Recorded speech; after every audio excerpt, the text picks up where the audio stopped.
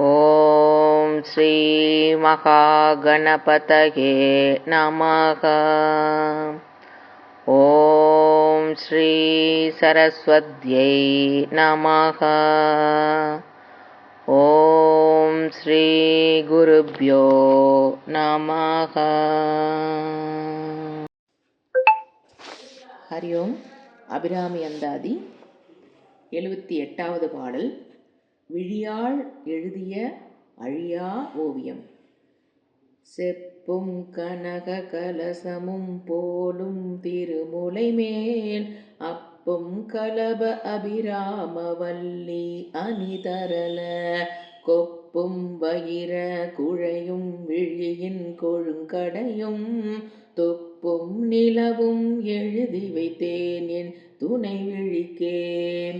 கலபம் என்றால் சந்தனம், கனக கலசம் என்றால் தங்க குடம், துப்பு என்றால் பவழம், தரளம் என்றால் முத்து. நாம் எத்தனையோ புதுமையான கண் கவரும் பொருள்களை பார்க்கிறோம். அவற்றிலே மிகவும் ஆழ்ந்து ஈடுபட்டு மறுபடியும் பார்க்க விரும்புகிறோம்.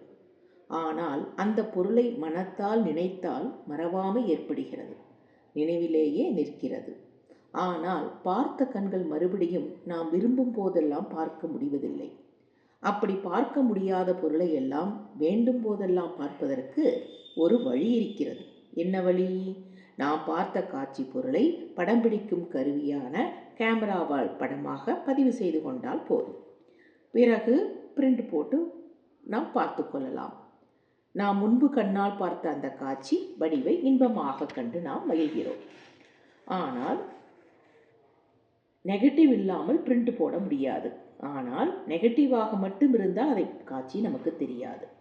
இந்த நினைவோடு படித்து பார்த்தால் அபிராமி பட்டரின் செப்பும் கனச கலமும் என்ற இந்த பாடலின் சிறப்பு விளங்கும். அபிராமி பட்டர் முதலில் அன்னையின் வடிவம் முழுவதையும் ஆழ்ந்து பார்க்கிறார். அவை அப்படியே நெஞ்சக்கண்ணிலே நன்கு பதிந்தும் விடுகிறது. அது பட்டரின் அகக்கண்ணாகிய மனக்கண்ணிலே தெரிகிறது. அது முகக்கண்ணிலே தெரிவதற்கு என்ன வழி என்று தீவிரமாக சிந்தித்தார். தேவியின் திருக்கோல உறுப்புகள் ஒவ்வொன்றையும் உற்று நோக்கினார். அதனால் அவள் கோலமும் பட்டருக்கு பதிந்தது. எப்படி? அம்பிகையினுடைய திருத்தலங்கள் 2 பொற்கலசங்கள் போல இருந்தன. அதில் நறுமணத்துடன் சந்தனம் கமிழ்ந்து கொண்டிருந்தது. அன்னையின் திரு காதுகளிலே முத்தலான கொப்பும் வைரத்திலான குழையும் இருந்தன. அவை அன்னையின் அருள்விழிப்பட்டு மேலும் அழகுற்றன. காதுவரை செல்லும் வழியும் நிலவின் கீற்றைப் போலிருக்கும் பவளம் போன்ற இதழ்களை மறக்காமல் இருக்க அம்மையின் திருக்கோலத்தை தம் விழியாகிய கருவியால் படம் பிடித்தார். பிறகு அதனை நெஞ்சக நினைப்பு அகத்திலே சரி செய்து மனக்கண்ணாலே பார்த்தார். முகக்கண்ணால் பார்த்த அன்னையின் அருள் வடிவம் அப்படியே தெரிந்தது. அதனால் அகக்கண்ணில் தெரிந்த வடிவை முகக்கண்ணிலும் தெரியும்படி கண்ணிற்கு அணியும் கண்ணாடி போலவே முகக்கண்ணிலே தெரியும்படி செய்துவிட்டார். அகக்கண்ணில் அம்மையை தெரியும்படி பக்தி ஆவாகனம் செய்துவிட்டால் பிறகு முகக்கண்ணிலே தெரிவாள் நினைத்த போதெல்லாம். இதை சுருக்குப்பை போல விளக்குகிறது. அகக்கண்ணால் அறிந்து கொண்டால் பிறகு முகக்கண்ணால் அறியலாம் என்பது தனிப்பெரும் கவிஞரின் சூத்திரம். மனப்பாடமாகாததை மீண்டும் மீண்டும் திரும்ப திரும்ப நெஞ்சால் நினைத்து துதித்தால் அவள் திவ்ய திருக்கோல வடிவம் முகக்கண்ணிலும் இனிதாய் தோன்றும். இதனை எழுதி வைத்தேன் என் துணை விழிக்கே என்ற சொல்லாட்சியிலே சுருதி போல காட்டுகிறார் அபிராமி பட்டர். 79வது பாடல். தீயவர் சேராமல் இருக்க வழி. விழிக்கே அருளுண்டு அபிராமவல்லிக்கு வேதம் சொன்ன வழிக்கே வழிபட நெஞ்சுண்ட மக்கவ் வழி கிடக்க பழிக்கே சுழன்று வெம்பாவங்களே செய்து பால் நரக குழிக்கே அழுந்தும் கயவத்தம்மோடு என்ன கூட்டினையே. சுழன்று என்றால் வருந்தி, வெம்பாவங்கள் என்றால் கொடிய பாவங்கள், அழுந்தும் என்றால் கிடந்து உழலும். கண்ணிற் சிறந்த உறுப்பில்லை என்பது எதனால்? கண் தனக்கும் வழிகாட்டும், பிறர்க்கும் வழிகாட்டும். அதுவும் நல்ல பாதையில் செல்ல வழிகாட்டும், தீய பாதையில் செல்ல வழிகாட்டாது. அதனால்தான் கண்ணில் சிறந்த உறுப்பில்லை என்றார் தனிப்பெரும் கவிஞர். அது சாதாரண மாந்தர்களிடையே நம் கண்களுக்கு அது தெரிவதில்லை. ஆனால் அனைத்து உலகங்களையும் நோக்கி அருள் பாலிக்கும் அபிராம எண்ணெயின் அருள்வழிக்கு தேனை விட இனிமையுண்டு. சூரியனுக்கு வெண்மையுண்டு, பனிக்கு குளிர்ச்சி உண்டு. அதுபோல அபிராமி அன்னையின் திருவிழிகளுக்கு தம்மை காண்பவர்கட்கு திருவருள் புரியும் கருணை சிறப்புண்டு. அதனால்தான் அபிராமி வள்ளி விழிக்கே அருளுண்டு என பாடினார் பட்டர். வேண்டியவர் வேண்டாதவர் என்ற வேறுபாடு இல்லாமல் யாவருக்கும் ஒரே மாதிரி வீசுவது காற்றும் மழையும். அதுபோல அம்மை அபிராமி அடியார் அடியார் அல்லாதவர் என்று வேறுபாடு காண்பதில்லை. தன் பார்வைக்கு ஆளாக வந்துவிட்டால் போதும், கண்டிப்பாக அருள் புரிந்து விடுவாள். அம்மையின் அருள்விழி பார்வைக்கு ஆளாக என்ன வழி? எளிய இனிய வழி இருக்கிறது. வேதம் சொன்ன வழியிலே நடக்கும் நெஞ்சம் வேண்டும். அந்த நெஞ்சம் இல்லாதவர்களுக்கு, அந்த வழி தெரியாதவர்களுக்கு அவளின் அடியார்களை பின்பற்றி செல்லும் எளிய வழி இருக்கிறது. அடியார் வழியிலே சென்றால் எளிதாகவும் இனிதாகவும் செல்லலாம். ஆனால் அத்தகைய வழியிலே செல்லாமல் தடுத்து தகாத வழிக்கு அழைத்துச் செல்லும் பாவிகளும் உண்டு. அந்த பாவிகளுக்கு இந்த உலகிலே பழியும், இறந்த பின் சேரும் உலகிலே மீள முடியாத பாழ் நரகமும் உண்டு என்பது அவர்களுக்கு தெரியும். மற்ற அடியார்கள் செல்லும் வேத நெறியிலே போய் அம்பிகையின் அல்வழி கடாட்சத்திற்கு ஆளாகிவிட்டால் பாவக்குழியிலே கிடந்து உழலும்படி செய்ய வேண்டும் என்ற எண்ணமுடைய கொடிய பாவிகளுடன் சேர மாட்டார்கள். அந்த பாவிகளின் கொடிய செயலை வெறுத்து அவர்களிடமிருந்து விடுபட்டு வந்து விடுவதுதான் அபிராமியின் அருள் பெற ஏற்ற வழியாகும். சிறிய கால்வாய் காவிரி ஆற்றை சேர்ந்தால் புனித நதியாகிறது, போற்றி வழிபடும். அதே சிறிய கால்வாய் ஆறாக பெருகி ஓடும் சாக்கடையில் கலந்தால் என்னாகும்? அதற்குள்ள பெருமையும் இழந்து சாக்கடையாகி இகழ்ந்து ஒதுக்கப்படும். இறைவனை எளிதிலே அடைய அருமையான பாதை அமைந்திருக்கும் பொழுது கரடு முரடான கல்வர் செல்லும் கொளிய காட்டு வழியிலே நல்லவர்கள் செல்ல மாட்டார்கள். அபிராமி அடையும் நல்ல வழிதான் வேதம் சொன்ன வழி. அபிராமி அருள் கடாட்சத்திற்கு ஆளாகி விரும்பியவர்கள் தீயவர் வழியில் செல்ல விரும்ப மாட்டார்கள். வங்கியில் செலுத்திய முதலுக்கு வட்டி உண்டாகி பிறகு வட்டியும் முதலும் ஒன்றாகி பெருந்தொகை உண்டாகும். அதுபோல அபிராமி வள்ளியின் விழியின் அருளுக்கு ஆளாவோர் இம்மை மறுமை இன்பங்களை பெறுவதோடு முக்தி நிலையும் பெறுவார்கள். வங்கியில் பணம் போட்டவருக்கு வட்டியும் முதலும் வரும். வங்கியில் திருவடியார்களுக்கு அடி உதையோடு அவமானமும் கொடிய சிறை தண்டமும், வங்கியில் திருடியவர்களுக்கு அடி உதையோடு அவமானமும் கொடிய சிறை தண்டனையும் கிடைக்கும். வேதம் சொன்ன வழி நடப்போர் வங்கியில் பணம் செலுத்தியவர் போன்றவர். வேத வழி அல்லாத பாவ வழியிலே செல்பவர்கள் வங்கியில் திருடியவர்களைப் போன்றவர்கள். இத்தகைய பாவிகளோடு எக்காலும் எந்த காரணத்தாலும் சேரக்கூடாது என்பதை தெளிவாக கூறும் தெய்வ பாடலாகும் இது. இதை பாராயணம் செய்து வழிபடுவோர் அபிராமி திருவருளுக்கு நிச்சயம் ஆளாவர். தீயவர்கள் கூட்டுறவு ஒரு நாளும் வாய்க்காது. 80வது பாடல். அபிராமி தரிசனம் பெரும் வழி.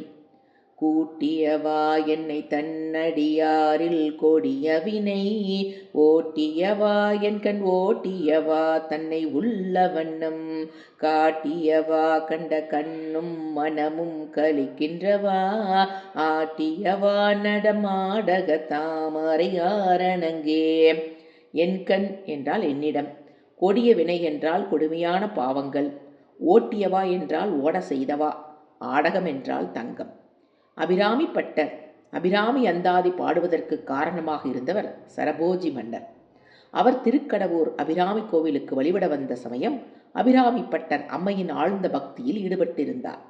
அதனால் மற்றவர்கள் தூண்டுதலால் அபிராமி பட்டரின் இன்று என்ன திதி என்று நாள் என்று விளவ, அன்னை திருமுக தரிசனத்தை அகக்கண்ணில் கண்டு கொண்டிருந்ததால் இன்று பௌர்ணமி என்று வாய்தவறி கூறிவிட்டார். அதனால் அவர் பைத்தியகாரர்தாம் என நினைத்தார் சரபோஜி மன்னர். அதனால் இனி அவர் அபிராமி கோயிலுக்கு வந்து வழிபடக்கூடாது என கட்டளையிட்டு அரண்மனைக்கு போய்விட்டார். பட்டரோ அரசின் கட்டளை அறிந்து பெரிதும் வேதனைப்பட்டார். அன்னை கோயிலுக்குள் சென்று வழிபடாமல் வாழ்வதிலும் இறந்து விடுவதே மேல் என கருதினார். அப்பொழுது அவர் மனதில் ஏதோ அபிராமியின் பேர்களையும் பெருமையிலும் உலகறிய செய்ய வேண்டும் என்ற ஒரு உத்வேகம் பிறந்தது. அதனால் கோயிலின் முன்பு திறந்த வெளியில் கொட்டும் பணியிலே அமர்ந்து அன்னையை தியானித்தபடி நடு இரவில் பாடத் தொடங்கினார். அதே சமயம் சரபோஜி மன்னருக்கு அரண்மனையில் படுத்துறங்கிய போது சரியான தூக்கம் வரவில்லை. அரைகுறையான தூக்க கலக்கமாக இருந்தது. அந்த கலக்கத்தில் ஓர் அரிய காட்சியை கண்டார். அன்னை அபிராமி பட்டரிடம் வந்து, அபிராமி பட்டரே வருந்தாதே, இன்று நீ சொன்னபடி பௌர்ணமிதான், இதோபார் என்று அவளின் திருத்தோட்டை கழற்றி விண்ணிலே வீசினாள். அடுத்த நொடியே அது ஆகாயத்தில் முழு நிலவாக பேரொளி வீசியது. அதைக் கண்ட மன்னர் அவரையும் அறியாமல், அன்னையே அபிராமி தேவி, என்னை அறியாமலே என் அறியாமையிலே உன் தூய பக்தரான அபிராமி பட்டருக்கு அடாத தண்டனை கொடுத்து விட்டேன். அதை பொறுத்து என்னை ஆட்கொள்ள வேண்டும் என்று அலறியபடி படுக்கிவிட்டு எழுந்தார். அப்பொழுது அவர் கண்டது கனவா நனவா என்று அறிய முடியாத நிலைக்கு ஆளாகி தவித்தார். அதனால் அரண்மனை வீரர்களுடன் திருக்கடவூர் அம்மன் கோயிலுக்கு விரைந்து சென்றார். அபிராமி பட்டர் அந்தாதி வாடிக்கொண்டிருக்கும் இடத்திற்கு அதே சமயம் அபிராமி அன்னை பட்டர் முன் தோன்றிய தரிசனம் தந்த பாக்கியத்தை கண்டதும் அவரையும் அறியாத ஆனந்தத்தால் பாடிய அற்புத பாடலாகும் இது. இந்த பாடலை பாடியதும் அன்னை அருள் பெற்ற ஆனந்தம் பரவசத்தால் அவள் கடாட்சம் பெற்றவற்ற தவநிலையில் தாயே அபிராமி அபிராமி என்று கூறியபடி தன்னிலை மறந்து வீழ்ந்து மூர்ச்சையுமானார். அதே சமயம் அங்கு வந்த சரபோஜி மன்னர் அன்னை அருள் பெற்று அருள்மயமான விளங்கிய அபிராமிப்பட்ட திருவடிகளே வீழ்ந்து கதறி என் பிழை பொறுத்து என்னை ஏற்றுள்ள வேண்டுமென்று அழுதார். அப்பொழுது அபிராமிப்பட்டர் மூச்சை தெளிந்து எழுந்தார். சரபோஜி மன்னர் தம் திருவடியில் வீழ்ந்து கிடப்பதைக் கண்டு மனமுருகி அவரை மன்னித்து எழுந்திருக்கும்படி அருள் செய்தார். ஆசியும் வழங்கினார். அப்பொழுது அந்த மன்னர் பட்டரிடம், பெருமானை தாங்கள் திருக்கடவூர் அம்மை மீது அந்தாதி பாடியதை கேள்வியுற்றேன். அந்த பெரும்பேறு அடியேனுக்கு கிடைக்குமாறு அருள் புரிய வேண்டும் என்று பிரார்த்தித்தார். அப்பொழுது அபிராமி பட்டர், மன்னர் பிரானே, என் பக்திக்கும் பாடலுக்கும் உவந்து காட்சி தந்து திருவருள் புரிந்து விட்டாள். அதனால் இந்த திருக்காட்சியை அப்படியே பாடி நிறைவு செய்து விட்டேன். அதனால் அதற்கு மேல் பாட விருப்பமில்லை என்றார். மன்னர் அஞ்சலித்து வணங்கி, அருள் பெரியீர், தாங்கள் அப்படி பாடிய அந்த திருப்பாடல் எத்தனாவது பாடல் என்று கேட்டார். அப்பொழுது பட்டர் பெருமான், அரசே, கூட்டியவா என்னை என தொடங்கும் பாடலாகும். அது 80வது பாடலாக நிறைந்துள்ளது என்றார். அதை கேட்ட சரபோஜி மன்னர் அவரின் திருவடி வணங்கி, பட்டர் பெருமானே, அந்த அந்தாதியை 80வது பாடலோடு நிறுத்திவிடாமல் 100 பாடல்களாக பாடி நிறைவு செய்து அருள வேண்டும். இதை அபிராமி விரும்பி ஏற்றுக்கொள்வார் என தொழுதார். அதை கேட்ட பட்டர் மீதியுள்ள 20 பாடல்களையும் பாடி அபிராமி அந்தாதியை நிறைவு செய்தார். அத்தகைய அற்புதம் நிறைந்தது நிகழ்த்தியது இத்திருப்பாடலாகும். அதனால் இந்த திருப்பாடல் அந்தாதி அபிராமியின் உயிர் பாடலாகும். அன்னையின் கடாட்சத்தையும் பேரருளையும் ஒரு சேர தரும் தாரக மந்திர பாசுரமாகும். இனி அந்த அருமை பெருமைகளை காண்போம்.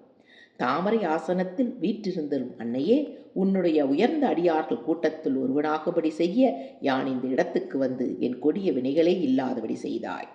என்னிடம் வந்தது மட்டுமல்லாமல் உன்னுடைய திருக்கோல வடிவம் முழுவதையும் எனக்கு காட்டினாய். அதோடு அமையாது உன்னை கண்ட கண்களும் அதை எண்ணி மகிழும் மனமும் பெரும்படி செய்துள்ளாய். அதனால் நான் சுயநிலவும் என் வசமும் இழந்து நீ ஆட்டுவித்தபடியெல்லாம் ஆடுகின்றன. அத்தகைய பாக்கியத்தை தந்து முக்திக்கு வித்தான் அபிராமி அன்னையே, இத்தகைய பேறுகள் எல்லாம் பெறுவதற்கு பெரும்படி செய்த உனக்கு நான் என்ன செய்ய முடியும்? என் பக்தியின் அடிமை திறத்தை எவ்வாறு தெரிவிக்க வல்லேன் என்று ஆனந்தத்தால் அதிசயிக்கிறார். அந்தாதியால் பெற்ற அந்த முழு பயனையும் இந்த பாடலை இனிதாக எடுத்து கூறியுள்ளார். இந்த அருள் பாடலை தினமும் துதிப்பவருக்கு அம்பிகையின் பரிபூர்ண தரிசனமும் கடாட்சமும் சித்திக்கும். 81வது பாடல் மேன்மை பெற வழி. அணங்கே அணங்குகள் நின் பரிவாரங்களாகையினால் வணங்கேன் ஒருவரை வாழ்த்துகிலே நெஞ்சில் வஞ்சகரோடு இணங்கேன் எனதுனதென்றிருப்பார் சிலர் யாவரோடும் பிணங்கேன் அறிவொன்றிலேன் என் கண்ணி வைத்த பேரழியே. இணங்கேன் என்றால் இசையமாட்டேன், அழி என்றால் கருணை, பிணங்கேன் என்றால் மாறுபடேன். அபிராமி அன்னையே, மற்றுள்ள பெண் தெய்வங்கள் யாவும் உன் கூடவே இருந்து உன்னை பணிபுரியும் ஏவலர்கள், உனக்கு பணிபுரியும் ஏவலர்கள். அதனால் அவர்களை துதிக்கவும் மதிக்கவும் மாட்டேன். உன்னை நினைந்து போற்றாத நெஞ்சமுடைய வஞ்சர்களோடு நான் சேரவும் மாட்டேன். சிலர் மற்றவர்கள் பொருளெல்லாம் என்னுடையது என்றும் இருப்பார்கள். எத்தகையரோடும் வெறுப்பு கொள்ள மாட்டேன். ஞான அறிவு ஒரு சிறிதும் இல்லாத என்னையும் உன் பக்தனென ஏற்று அருள் புரிந்தாய். என்னே உன் பெருங்கருணை என வியந்து மகிழ்கிறார் அபிராமி பட்டர். ஹரி ஓம்.